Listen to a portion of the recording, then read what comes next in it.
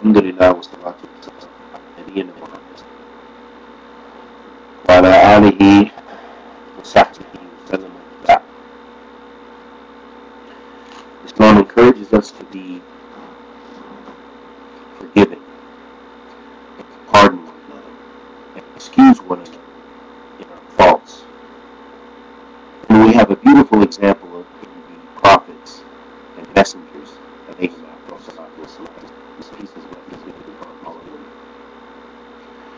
That we see the example of how to forgive people, how to pardon them, even if they've harmed us, even if they've did us, caused us harm, maltreated us. Allah the Almighty says in the Qur'an, وَلِيَعْفُوا وَلِيَعْفُوا وَلِيَصْفَحُوا أَلَا تُحِبُّونَ أَنْ يَغْفِرَ اللَّهُ لَكُمْ. Allah the Almighty says, and pardon, this was a commandment, pardon them, or pardon and excuse. Wouldn't you love for Allah to forgive you? That shows us the characteristics we should have, that a part of our forgiveness is learning how to forgive others when they've wronged us. And it's not easy. That's not easy to always to remind ourselves always of the hereafter. That is the duty upon us. That's what distinguishes the believer from the disbeliever, or the strong believer from the weak believer, is that they're always trying to put those higher principles in front of them, and they're always trying to strive to meet to set a better example, and to be on a higher level in their faith, to take their faith to a greater level and increase their faith and strengthen their faith. This is the state of the believer. So the believer has to be willing to forgive and excuse others at times, even when they're being harmed.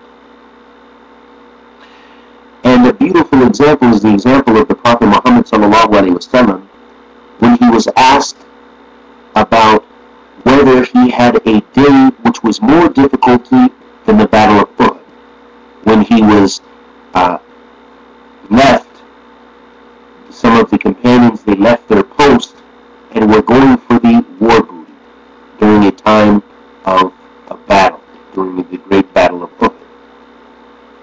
And they were told to stay in their position, but however, they thought that they had, that victory was near, so they left their position. And it caused the Prophet Muhammad ﷺ to be harmed, that he actually had been bleeding from the mouth, sallallahu alaihi wasallam. And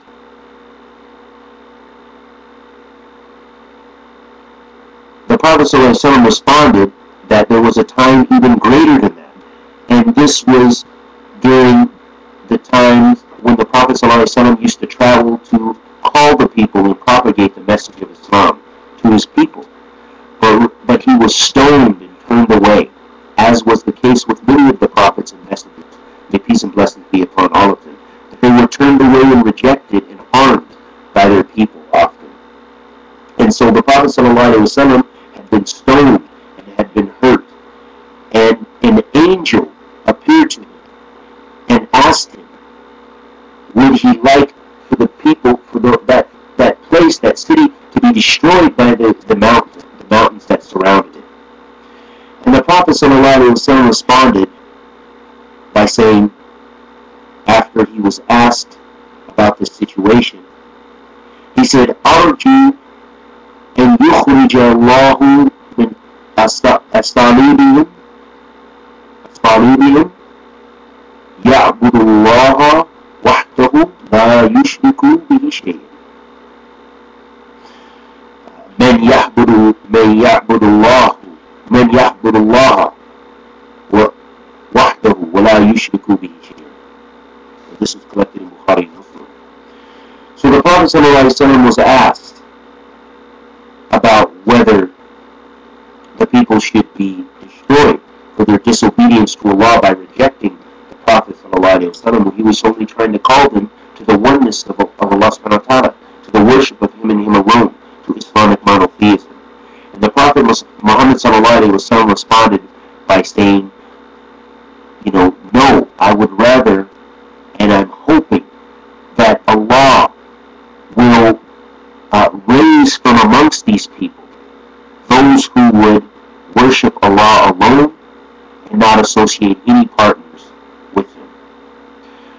This shows us the gentleness of the Prophet, of the Messenger of Allah sallallahu alaihi wasallam, and his gentleness with his people. What about us? What kind of example are we setting with our communities? Are we quickly angered by mistakes that the people make, or by ways in which they treat us, or maybe someone questions us excessively? How do we treat them? How do we set an example? We're not being stoned. And if our message is being rejected, maybe you're doing lectures, maybe you're doing things, and only a few people show up. And maybe some people actually flee from, decide that they don't want to attend the lecture because they feel the subject matter is too strong for them. But in this case, how do you react? Do you react with the same kind of compassion and gentleness that the Prophet Muhammad sallallahu alaihi wasallam responded? Are you patient? This hadith illustrates the patience that the Prophet sallallahu alaihi wasallam was patient during the harm that befell him in calling to Allah subhanahu wa ta'ala. And he pardoned those people even for their evil deeds. This shows us that these are characteristics that we must strive to possess, and especially when calling and trying to propagate the religion, that people will accuse you of being extreme, people will accuse you of being a fanatic, people will accuse you of being a fundamentalist, and we don't even know half the time what those terms mean or what those people mean by those terms. And in fact, a lot of times they don't even know what they mean. And in this time, we see that people consider anyone who prays 5 times a day a fundamentalist, or that they're a fundamentalist because they believe in divine law, that they're fundamentalists or they're a fanatic. So it is upon us to not fear the blame of the blameworthy, and to be patient in calling to Allah subhanahu wa ta'ala's deen, and at the same time having compassion for the people even in their ignorance. We still have to have patience and be compassionate and be kind and gentle and ask Allah to guide them. Ask Allah to guide the people.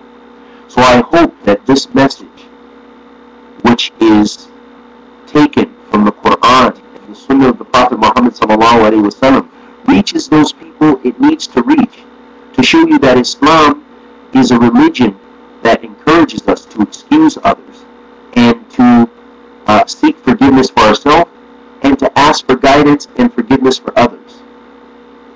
And I ask Allah the Almighty to accept our good and forgive our evil, and anything I said that was correct was from Allah subhanahu wa ta'ala. Anything I said that was a mistake